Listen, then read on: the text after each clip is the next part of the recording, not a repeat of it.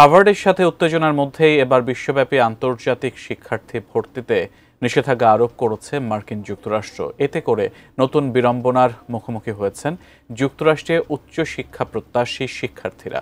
বিশেষ করে চীনের শিক্ষার্থীদের বিষয়ে আগ্রাসী অবস্থান নিয়েছে যুক্তরাষ্ট্র। উদার গণতান্ত্রিক উচ্চশিক্ষার দেশ হিসেবে পরিচিত যুক্তরাষ্ট্রের হঠাৎ কেন এই কঠোর পদক্ষেপ?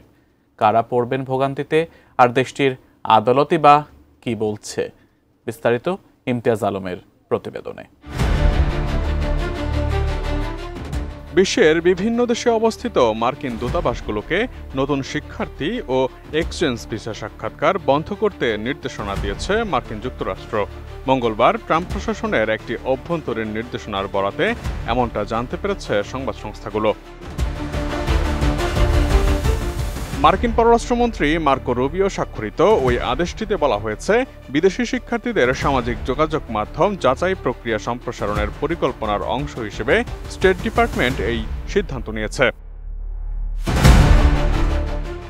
নির্দেশনায় আরও বলা হয়, স্টেট ডিপার্টমেন্ট এখন শিক্ষার্থী এবং এক্সচেঞ্জ প্রোগ্রামের এফ, এম ও জে ক্যাটাগরির ভিসা আবেদনকারীদের যাচাই বাছাইয়ের বিদ্যমান কার্যক্রম পর্যালোচনা করছে। সাধারণত F1 ভিসা বিদেশি শিক্ষার্থীদের জন্য, J1 এক্সচেঞ্জ এবং ফেলোশিপ কর্মসূচির জন্য, আর M1 প্রশিক্ষণ কর্মসূচির শিক্ষার্থীদের জন্য বরাদ্দ করা হয়েছে। সাধারণত F1 ভিসা বিদেশি শিক্ষার্থীদের জন্য, J1 ভিসা বিনিময় এবং ফেলোশিপ কর্মসূচির জন্য এবং M1 ভিসা প্রশিক্ষণ কর্মসূচির শিক্ষার্থীদের জন্য। অবশ্য একজন মার্কিন কর্মকর্তা অ্যাসোসিয়েটেড প্রেসকে জানিয়েছেন, এই স্থগিতাদেশ সাময়িক এবং ইতোমধ্যেই যারা ইন্টারভিউ নির্ধারণ করেছেন তারা এর আওতায় পড়ছেন না। স্থগিতাদেশ কতদিন বলবৎ থাকবে তাও স্পষ্ট নয়। সব মশার বিরুদ্ধে সুরক্ষা দিতে এলো বসুন্ধরা এক্সট্রিম অ্যারোসল, মশার বিরুদ্ধে এক্সট্রিম সুরক্ষা।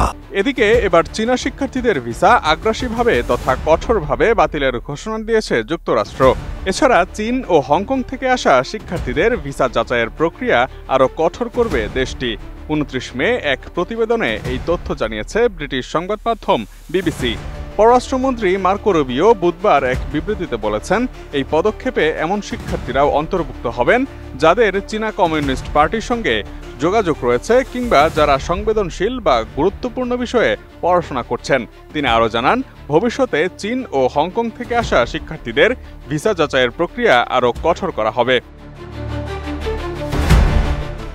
আন্তর্জাতিক শিক্ষা সংস্থা ও মার্কিন পররাষ্ট্র দপ্তরের বার্ষিক ওপেন ডোরসের প্রতিবেদন অনুযায়ী 2023-24 শিক্ষাবর্ষে যুক্তরাষ্ট্রের কলেজ ও বিশ্ববিদ্যালয়ে আন্তর্জাতিক শিক্ষার্থীর সংখ্যা ছিল 1.13 মিলিয়ন, যা আগের বছরের তুলনায় 6.6% বেশি।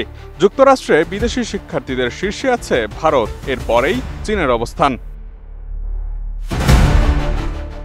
এদিকে মার্কিন যুক্তরাষ্ট্রে অবস্থানরত শিক্ষার্থীরা যাদের ভিসার মেয়াদ বাড়াতে অথবা নবায়ন করতে চান তাদের ক্ষেত্রে এই স্থগিতাদেশ প্রযোজ্য হবে কিনা তা এখনও স্পষ্ট নয়। সাধারণত F1 শিক্ষার্থী ভিসা 5 বছরের জন্য প্রদান করা হয়। নবায়ন প্রক্রিয়াটি মূল আবেদন প্রক্রিয়ার মতোই হয়ে থাকে, যেখানে শিক্ষার্থীদের একটি অনলাইন ফর্ম পূরণ করতে হয় এবং যুক্তরাষ্ট্রের বাইরে অন্য কোনো মার্কিন দূতাবাসে সাক্ষাৎকারের সময় নির্ধারণ করতে হয়। ট্রাম্প প্রশাসনের এমন কঠোর নীতির কারণ মূলত যুক্তরাষ্ট্রের বিশ্ববিদ্যালয়গুলোতে প্রশাসনের কড়া নিয়ন্ত্রণ আরোপের অংশ হিসেবেই।